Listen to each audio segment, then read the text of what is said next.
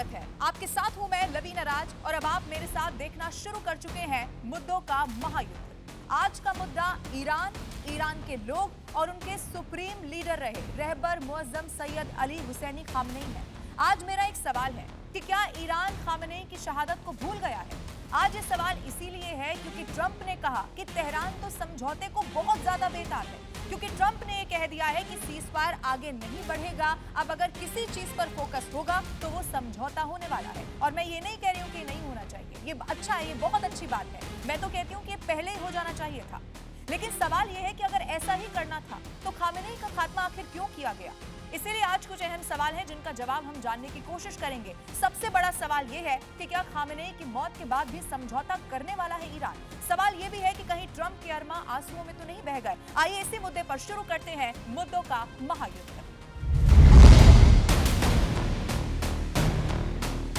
जो खास मेहमान आज हमारे साथ मौजूद रहने वाले हैं उनसे आपका तारुफ करा देती हूं। Major general Ashwini Siwach sir defence expert के तौर पर मेरे साथ मौजूद रहेंगे, जुड़ भी चुके हैं। सर बहुत स्वागत है आपका। इनके अलावा रिटायर्ड कर्नल शैलेंद्र सिंह जी भी मुझे नजर आ रहे हैं। सर बहुत स्वागत है आपका भी। अश्विनी सर, मैं आपके साथ शुरुआत करना चाहती हूँ। मतलब ये डोनाल्ड ट्रंप ने क्या किया? वो एक मीम है ना, मुझे तो वो याद आ रहा है कि डोनाल्ड ट्रंप ने वक्त बदल दिया, जज्बात बदल दिए। क्या हो गया? ईरान कैसे समझौता कर लेगा इतने बड़े नुकसान के बाद? क्या समझ में आ रहा है आपको इस बयान से? और देखो रवीना, एक बात तो है कि मुझे नहीं लगता कि अमेरिका इस लड़ाई को अब लंबा ले जाना चाहता है, क्योंकि अमेरिका अब दलदल में फंस गया था, इसमें कोई शक नहीं है। उसने अंडर एस्टिमेट किया जो कि ईरान की कैपेबिलिटी, और उन्होंने सोचा था कि आयतुल्लाह अल खमैनी और उसके साथ टॉप मिलिट्री कमांडर अगर मारे गए तो फिर ईरान घुटनों पे आ जाएगा। मगर ऐसा नहीं हुआ। ईरान जो है बहुत ज़बरदस्त लड़ा, और ईरान के पास जो अगर आप एनालिसिस करो तो उसकी स्ट्रेंथ थी उसकी मिसाइल, रॉकेट और ड्रोन्स, और उसकी कहीं ना कहीं वीकनेस जो थी वो थी उसकी एयर डिफेंस सिस्टम, और उसकी एयर पावर इतनी राइट। कमजोर, इतनी अच्छी नहीं। मगर इसके बावजूद उसने सटीक हमले किए, और इसने क्या किया कि इस वार को कन्वेंशनल वार से एसिमेट्रिक वार बना दिया। वो कैसे? उसने दो चीजें ऐसी नहीं की। एक तो उसने स्टेट ऑफ हार्मुज को ब्लॉक कर दिया, और जिसके कारण पूरे के पूरा जो ब्लॉकेट के कारण 20% ऑयल जहां से जाता है, 35% एलएनजी वो रुकी। दूसरा, उसने मिडिल ईस्ट की जो कंट्री जहां बेसिक थी उन पे हमला किया, उनके राइट। एनर्जी सेक्टर को बर्बाद किया। तो एक प्रकार बहुत प्रेशर डाला ईरान ने। अब आते हैं कि ईरान की क्या हालत है, ईरान क्यों मान रहा है। देखो, ईरान भी सच है कि ईरान की इकोनॉमी डिगमगा गई है। ईरान पहले ही इन्फ्लेशन बहुत था, वहां पर अनएम्प्लॉयमेंट बहुत थी। ऊपर से ये जो 40 दिन के करीब युद्ध हुआ है उसका 60 से 70% इंफ्रास्ट्रक्चर बर्बाद हो गया है। और राइट। उसको इकोनॉमिक सैंक्शन इतनी ज्यादा है कि अगर लड़ाई बंद भी हो जाएगी तो तख्ता बदल जा सकता है, क्योंकि लोग बाद में सड़कों पर आएंगे। आज तो वो गवर्नमेंट के साथ खड़े हैं कॉमन एनमी के लिए। तो मुझे ओके। लगता है वो भी एक कारण है। ईरान को भी लगता है कि लंबी लड़ाई अगर लड़ेगा तो ठीक है। उसको भी बहुत नुकसान है, क्योंकि कितनी देर तक वो एयर पावर जो है अमेरिका की और इजराइल के सामने टिक पाएगा। तो मुझे लगता है ये दोनों के लिए बेहतर है। जोन्स एक देश ओके। है जो कि इस लड़ाई को नहीं चाहता बंद हो, वो है इजराइल।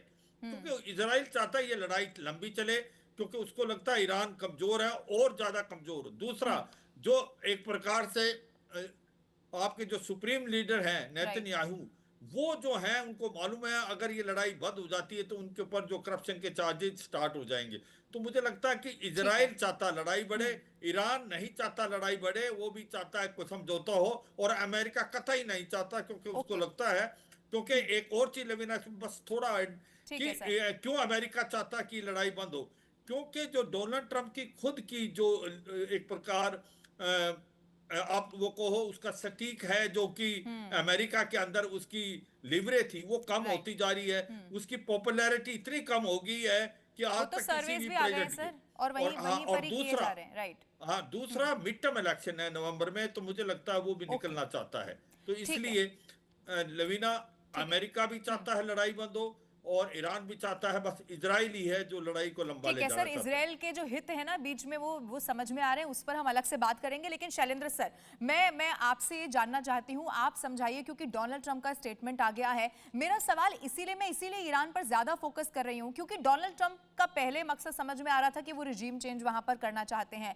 ऐसा हो नहीं पाया, और उन्होंने यही सोच के साथ खामेनेई के साथ साथ टॉप लीडर्स को वहां पर पहले ही अटैक में मार दिया। इसीलिए मैंने शुरू में कहा कि डोनाल्ड ट्रंप के जो अरमा थे वो आंसुओं में बह गए? क्या शैलेंद्र सर, क्या समझ में आ रहा है आपको? जय हिंद, नमस्कार। अगर आप जैसे बता रहे हैं कि ऑब्जेक्टिव उनके थे रिजाइन चेंज, चलिए एक सेकंड के लिए बात करते हैं। रिजाइन चेंज हो गया, अब क्या आपको लगता है डोनाल्ड ट्रंप खत्म कर देंगे इस लड़ाई को? रिजाइन चेंज अगर हो गया, मुझे नहीं लगता वो करेंगे, क्योंकि आजकल उन्होंने रिजाइन चेंज की तो बात करनी बंद कर दी। अब तो वो बोलते हैं न्यूक्लियर, 20 साल के लिए न्यूक्लियर एम्बिशन छोड़नी पड़ेगी। चलिए एक और स्टेप आगे चलाते हैं कि ईरान बोलता है कि चलिए जी मैंने 20 साल मंजूर कर लिए, अब बोलो। अब आएगा कि आपका मिसाइल प्रोग्राम नहीं होना चाहिए। चलिए जी, मिसाइल प्रोग्राम भी दुनियादारी के नाम पर भले के लिए ईरान वो भी छोड़ देता है। अब आएगा कि हूती हमास हिजबुल्लाह को आपको रोकना पड़ेगा कि इजराइल पर अटैक ना करें। तो अगर आप ओवरऑल देखें, मुझे नहीं नजर आ रहा कि कहीं पर भी ट्रंप का कोई एक ऑब्जेक्टिव है। और ये सवाल मेरा नहीं है, ये उनकी पार्लियामेंट का है, ये उनके डेमोक्रेट्स का है। 80 से 90 लाख लोग, 50 states, United states of America के 50 स्टेट में अगर प्रोटेस्ट करते हैं, तो मुझे लगता है वो भी मेरे ही वाला सवाल पूछ रहे हैं कि मिस्टर ट्रंप, ऑब्जेक्टिव क्या है इस लड़ाई में, आप चाहते क्या हैं? अब आप लेटेस्ट बोल रहे हैं कि हॉर्मुज को आप ब्लॉक कर देंगे। चलिए हॉर्मुज ब्लॉक हो गया, अब आगे क्या है? अगले दिन क्या लड़ाई रुक जाएगी? नहीं रुकेगी। इस समय Hormuz is not important, more important for US is के इजराइल क्या चाहता है। इजराइल अपना वो लेबनान का लिटानी नदी के नीचे वाला इलाका वो इस बार ले लेगा, लेकर ही रहेगा, हिजबुल्लाह को तोड़कर रहेगा, इसमें कोई डाउट ही नहीं है। और ये लड़ाई, मान लीजिए मेरी बात, आज अगर आपने सीज फायर करा दिया, पीस डील करा दी, 2, 4, 6, 8, 10, इससे ज्यादा साल नहीं चलने वाले। क्योंकि ये लड़ाई एक्चुअली सोच की है। ये जो हेट्रेड है ना कि ईरान के लिए जियो जमीन पर नहीं होना चाहिए है, और इजराइल के लिए ईरान जब तक है तो मेरा एग्जिस्टेंस नहीं है, ये इस लड़ाई को आप कभी खत्म नहीं कर पाएंगे। और उसका खमियाजा, उसकी कीमत अदा कर रहा है पूरी की पूरी दुनिया। ठीक है अश्विनी सर, इसी पर आपसे मेरा सवाल रहेगा, क्योंकि अब ये बताइएगा इसमें कितनी सच्चाई है और इसकी इनसाइड स्टोरी भी क्या है। पहली बार टेबल पर 2 घंटे तक बातचीत की भी वहां खबर मिल रही है, इजराइल लेबनान। इसका मतलब क्या है? यानी कि ये मतलब क्या, क्योंकि वहां नेतन्याहू तो कसम खा चुके हैं ना कि जब तक हिजबुल्लाह का खात्मा नहीं हो जाता वो छोड़ेंगे नहीं लेबनान को, क्योंकि वहीं पर ठिकाने हैं जो जहां पर हिजबुल्लाह बैठा हुआ है। तो फिर ये बातचीत कैसे हो गई? इजराइल पर भी दबाव है क्या कोई? बिल्कुल है। पहली बात तो इजराइल पे क्या दबाव है, क्योंकि सच्चाई यह है कि ईरान ने कहा था कि ये पीस डील बात भी नहीं होगी अगर जब तक इजराइल लेबनान पे हमला बंद करना नहीं करेगा। इसके अंदर भी डिफरेंस ओपिनियन आया था। अमेरिका और इजराइल ने बोला था कि जो डील हुई थी उसमें लेबनान शामिल नहीं था, और जबकि ईरान कहता था। अमेरिका ने प्रेशर डाला क्योंकि अमेरिका ये डील करना चाहता है, तो उसने कहा आप बातचीत करो। अब बातचीत किससे हो रही है? लेबनान से। और ये भी सच्चाई है, लेबनान और इजराइल का कोई डिप्लोमेटिक रिलेशन नहीं है, अमेरिका के अंदर हुई। क्या लेबनान हिजबुल्लाह है? नहीं है। हिजबुल्लाह जो है एक पॉलिटिकल पार्टी भी है और एक प्रकार से वो मिलिट्री ऑर्गेनाइजेशन है जो कि बैकअप की जाती है ईरान से। ये 3 जो प्रॉक्सीज हैं ईरान की, एक है हमास, हिजबुल्लाह और होती। हमास जो है सुन्नी मिलिटेंट ग्रुप है, हिजबुल्लाह और होती जो है शिया है। और हिजबुल्लाह जो है 1974, 1985 और 2000 में भी कहीं ना कहीं इजराइल जो था वो लिटानी नदी तक गया था। अब हिजबुल्लाह की और ईरान की इजराइल की लड़ाई क्या है? देखो, इजराइल जो नदन इजराइल है, इस पे साउथ लेबनान में जहां हिजबुल्लाह बहुत सक्रिय है वो हमले करता है। यहां से 1 लाख लोगों को पलायन करना पड़ा है। अगर कोई सबसे बड़ी आपको डेंजर है इजराइल को, वो है हिजबुल्लाह। और हिजबुल्लाह की ताकत भी काफी थी। तो अब जो इजराइल ने मन बना लिया है कि हिजबुल्लाह को जो नॉर्थ की तरफ पुश करना है, सेंट्रल जो लेबनान की तरफ लटानी जो नदी है वो 30 किलोमीटर दूर है, वहां बफर जोन बनाना है। और उस तक वो नहीं रुकेगा।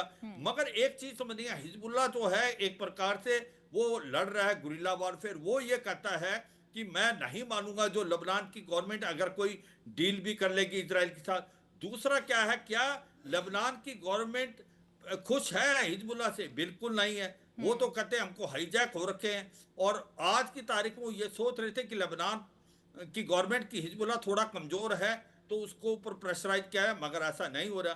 तो सच्चाई यह है, ये बातचीत हो रही है लेबनान की गवर्नमेंट और इजराइल की गवर्नमेंट। हिजबुल्लाह जो यूं तो गवर्नमेंट का हिस्सा है, मगर वो एक मिलिट्री ऑर्गेनाइजेशन है, वो नहीं मानेगा। और उसने जो हमले कर रहा है, एक और चीज इसमें लवानी, इसके पास हथियार कहां से आते हैं? इसके पास हथियार ईरान देता है उसको, उसको ट्रेंड फाइनेंस ईरान करता था। मगर यह भी सच्चाई है कि उसके जो हथियार आने का रास्ता था, जो एक प्रकार ईरान से इराक, इराक से सीरिया, सीरिया से लेबनान, अब वो सीरिया तो निकल गया है हाथ से जब से असाद गया, मगर अभी भी उसके पास बहुत ज्यादा जमावड़ा है, मिसाइल, रॉकेट, ड्रोन। अब सुनने में आया कि इसको चीन और रूस ने हथियार डायरेक्ट दिए हैं। तो यह सच्चाई है कि ये हिजबुल्लाह भी एक प्रॉब्लम बढ़ेगी, और डायरेक्ट टॉक लेबनान चाहता है, और अमेरिका का प्रेशर है इजराइल पे। क्योंकि सच्चाई यह है कि मैं ये आपको गारंटी दे सकता हूं कि अमेरिका इस लड़ाई को लंबा नहीं ले जाए।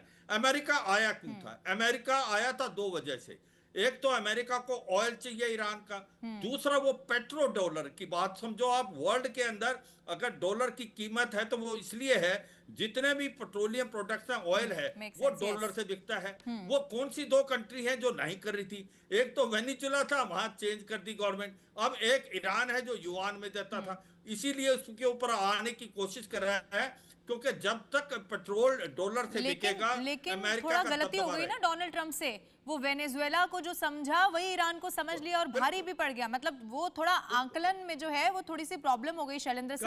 काफी हाँ, यही प्रॉब्लम बहुत जो ज्यादा है। देखो, वेनेजुएला एक और ईरान का अगर आप कंपैरिजन करो तो बहुत बेवकूफी होगी। ईरान बहुत पावरफुल है। तो ईरान यही तो कर दिया ना डोनाल्ड ट्रंप ने। उनको लगा जितना आसान वो था, उनके लिए उतना ही आसान यहाँ ईरान हो जाएगा। लेकिन ईरान ने जिस मजबूती से शैलेंद्र सर मुकाबला किया है, अकेले उन मोर्चों पर लड़ाई की है, उधर से इजराइल अटैक कर रहा है। और सिर्फ ये नहीं, सबसे जिसको लेकर सबसे ज्यादा टेंशन हो गई वहां मिडिल ईस्ट को कैसे उसने पूरा जंग में झोंक दिया। इसीलिए शैलेंद्र सर, मेरा सवाल ये है कि क्या ये जो डोनाल्ड ट्रंप कह रहे हैं कि तेहरान बेताब हो रहा है, इसमें कितनी सच्चाई है, ये आप बताइएगा। और इसी के साथ ये भी जो कि अश्विनी सर ने बोला, मैं चाहती हूँ दोनों सवाल का आप जल्दी से जवाब दें कि लेबनान और वहां इजराइल की बातचीत, लेकिन लेबनान के लिए इस वक्त सबसे बड़ी मुसीबत क्या है? हिजबुल्लाह ही तो हो रहा है। तो आगे लेबनान हिजबुल्लाह को लेकर कुछ कर सकता है क्या? उस स्थिति में है क्या लेबनान?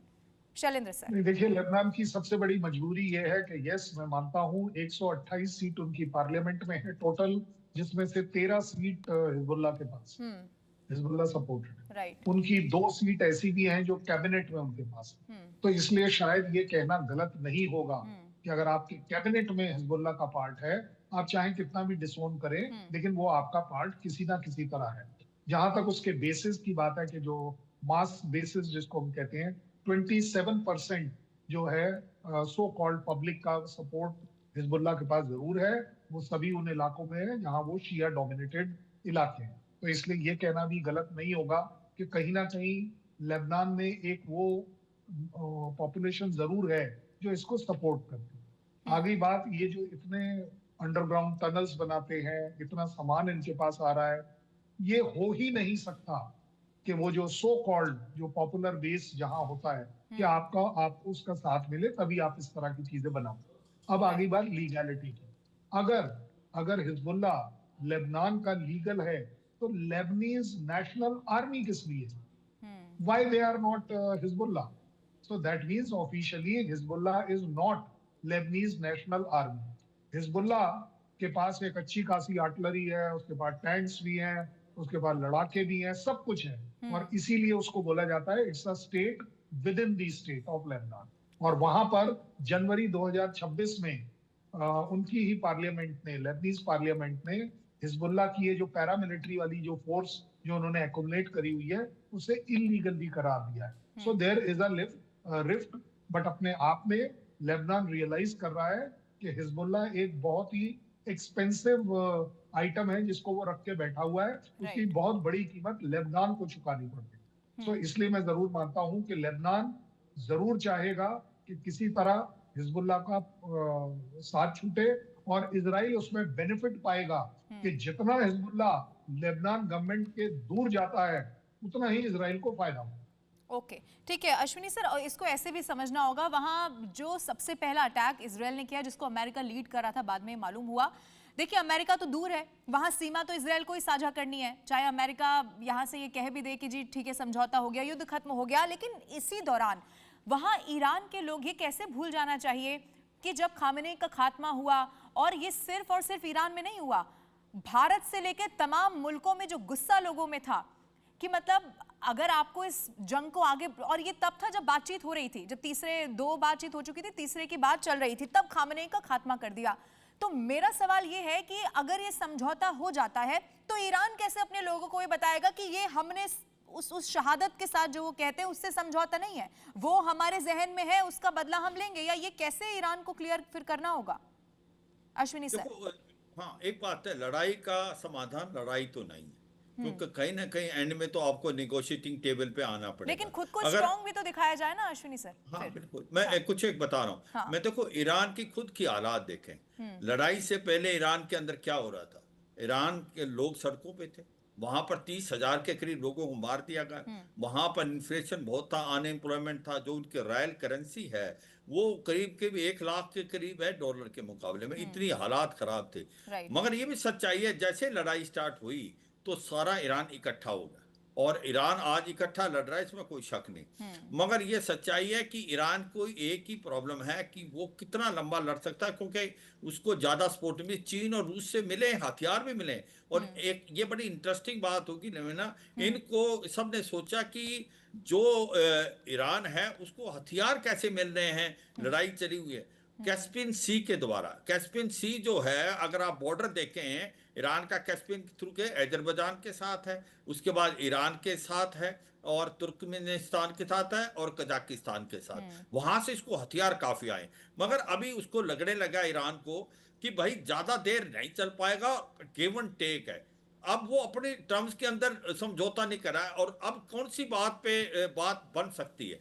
देखो, कहीं ना कहीं सुनने में आया, बैक चैनल डिप्लोमेसी चली हुई, इसको मान के चले ना कि जब लड़ाई थी तब भी चल रही थी, क्योंकि वो दोनों तरफ से चाहते हैं लड़ाई बंद हो। अब बात मेरे को लगता है अटकी एक चीज पे है, एक जो अमेरिका चाहती है कि इनरिचमेंट ऑफ यूरेनियम 20 साल तक नहीं हो, और ईरान 5 साल तक मानने के लिए तैयार है।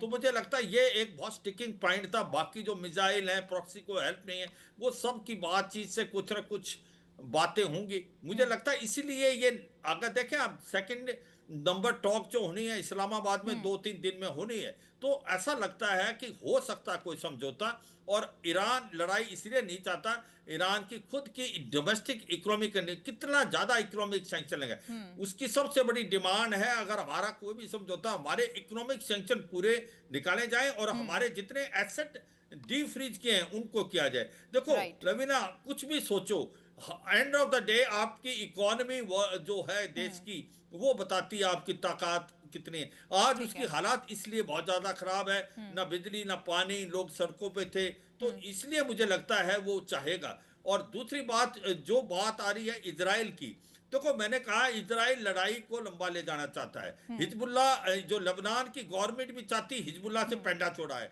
हिजबुल्ला एक प्रकार से दिमक है लेबनान के लिए, वो जब तक रहेगा वो लेबनान को भी नुकसान करेगा। मगर ये भी सच्चाई है, हिजबुल्ला एक बहुत पावरफुल जो प्रॉक्सी और मिलिटेंट ग्रुप है, उसको इतनी जल्दी आसानी से दबा नहीं पाएगा इजराइल भी। ठीक है शैलेंद्र सर, ये तो लेबनान के लिए गले की हड्डी हो गया ना, ना निगल पाए ना उगल पाए, जो हिजबुल्ला की स्थिति लेबनान में यहाँ पर नजर आ रही है। शैलेंद्र सर, अब ये भी बताइएगा, अगर आगे ऐसी बात होती है, चूंकि जेडी वेंस वहां गए, थोड़ा गुस्से में रहे, नाराजगी के साथ वो वापस लौटे और कहा जी ये डील नहीं हो पा रही है, हम वापस लौट रहे हैं, ईरान को भुगतना होगा इसका अंजाम। अब मुझे बताइए, जो डोनाल्ड ट्रंप ने कहा है उसके मुताबिक क्या एक बार फिर से टेबल पे बैठ सकते हैं? और अगर ऐसा होता है तो क्या फिर वो ड्राफ्ट सीएम के यहाँ पर जाएंगे क्या, या ऐसा कोई वेन्यू चुना जाएगा, या कुछ और होगा? देखिए, सीधी सीधी बात करें, बात तो करनी ही पड़ेगी। आप आज ना करें, कल करें, कल ना करें, 10 दिन बाद करें, 1 महीने बाद करें, 4 महीने बाद करें, आपको बात करनी पड़ेगी। बात का प्रेशर सीधा सीधा ये है कि ये वॉर, यूएस में जो प्रेशर है, ये ट्रंप वॉर हो गई है, यूएस की वॉर नहीं रही। इसलिए वहां पर एक अलग तरीके का प्रेशर।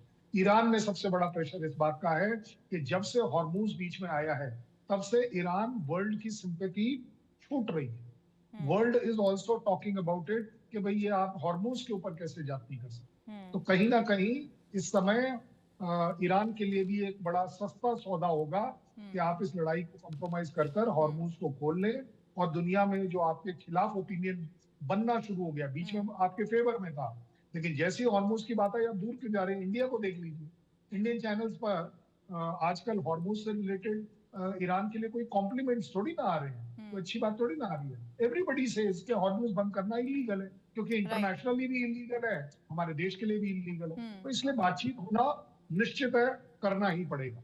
अब आगे बात की क्या होगी? अच्छी बात यह है जो वांस ने बोला एज अ गुड सोल्जर कि मैं पहले आपको गुड न्यूज देता हूँ। गुड न्यूज ये थी कि 49 इयर्स में पहली बार हम आमने सामने बैठे हैं। गुड न्यूज ये थी कि हम काफी चीजों पर एक दूसरे का परसेप्शन समझ पाए हैं और काफी हद तक हम एग्री करते हैं, लेकिन हमारी जो कोर इश्यूज हैं उसके ऊपर हम एग्री नहीं कर पा रहे हैं। और अब वो वांस भी एक अच्छा स्टैंड दे रहे हैं कि जो नफरतें, जो दुश्मनी, जो एक दूसरे के ऊपर शक जो 40-50 साल का है, वो एक मीटिंग में खत्म हो नहीं सकता। तो मुझे लगता है कि इस बार जब वो बैठेंगे तो वो वहां से शुरू करेंगे जहां से ब्रेक हुआ था, क्योंकि अब अगर निकल कर आती है कि 20 वर्सेस 5 साल यूरेनियम में भी 10, 12, 14, 15 साल कहीं जाकर कंप्रोमाइज हो जाएगा। कंप्रोमाइज तो करना ही पड़ेगा दोनों साइड को, अदरवाइज आप इसको लिंगरिंग ऑन छोड़ नहीं सकते। ठीक है, और दुनिया के लिए भी ये ठीक है कि ये वॉर शांति की तरफ आगे बढ़े, यानी कि ये वॉर कैसे खत्म हो जाए, क्योंकि बहुत सारे देश हैं जो इसमें सफर हो रहे हैं और आगे बढ़ी तो और ज्यादा प्रॉब्लम हो सकती है। आखिर में अश्विनी सर आपसे भी और शैलेंद्र सर आपसे भी छोटा मैं चाहती हूँ आप जल्दी से जवाब दीजिएगा। अश्विनी सर, आपको क्या लगता है अब आगे इस युद्ध का रूप हम क्या देख रहे हैं डोनाल्ड ट्रंप के स्टेटमेंट के बाद? आपको क्या लग रहा है, जल्दी से समझाइए सर।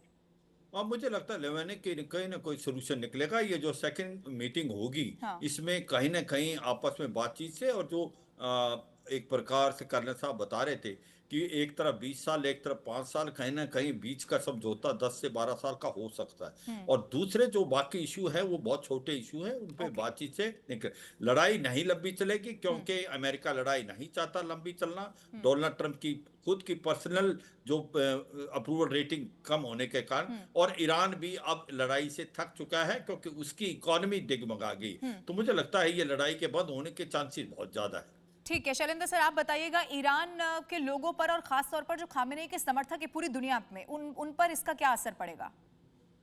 नहीं, खामेनेई साहब के समर्थकों के लिए कोई फर्क नहीं पड़ेगा, क्योंकि ईरान बोल देगा हम जीत गए। हमने ये जो, और वो जीते भी हैं, मैं भी मानता हूँ कि यूएस जैसी ताकत के सामने आप 40-50 दिन खड़े रहे, आंख से आंख मिलाकर आप उनके साथ बातचीत कर पाए, आंख से आंख मिलाकर आप उनसे एक टेबल पर बैठकर बातचीत कर पाए, कुछ चीजों पर आपने एग्री किया, कुछ को उस पर एग्री कराया। Well, let me tell you, Iran has one, कोई डाउट नहीं है। अब जो लड़ाई होगी ना, वो बयानबाजी की लड़ाई होगी, लैंग्वेज की लड़ाई होगी, वेपनाइज्ड लैंग्वेज की लड़ाई की जाएगी। अब मिलिट्री पावर, मुझे नहीं लगता कि दोनों के पास कोई ऐसे ऑप्शंस बचे हैं कि वो एक दूसरे को दिखा पाए। ठीक है, अश्विनी सर 10 सेकंड में सर आप कुछ कहना चाहते हैं, फिर मुझे खत्म। मैं ये कहना चाहता हूं कि लड़ाई से पहले जो अमेरिका का कद बहुत ज्यादा था ईरान के मुकाबले, आज ईरान का कद अमेरिका के साथ हो गया है। अब ईरान ये नहीं डिक्टेट करेगा, यही देखना, यही समझौता लड़ाई से पहले शायद हो सकता था, वो अमेरिका के काफी पक्ष में जाता, ईरान तो मगर अब ईरान का पक्ष बढ़, ईरान तो विन विन सिचुएशन में चला गया ना। बिल्कुल चला, वाकई है जो कर्नल साहब बोल रहे, मैं मानता हूं। आज अगर कोई इस लड़ाई का रिजल्ट बताए तो कहेगा ईरान इस लड़ाई को जीत चुका है। ओके, ठीक है सर, आप दोनों का बहुत बहुत शुक्रिया हमारे साथ जुड़ने के लिए। और जो डोनाल्ड ट्रंप का स्टेटमेंट है वो क्या कहता है और इसका क्या असर दुनिया पर पड़ेगा, वो दर्शकों को बताने के लिए बहुत बहुत शुक्रिया। उम्मीद यहां से यही करनी होगी, डोनाल्ड ट्रंप अगर कहते हैं कि अब सीज़फायर आगे नहीं बढ़ेगा, समझौते की तरफ फोकस किया जाएगा, तो जरूर उम्मीद की जानी चाहिए कि पूरी दुनिया में अब शांति एक बार फिर से स्थापित होगी। आप सभी का बहुत शुक्रिया हमारे साथ जुड़ने के लिए।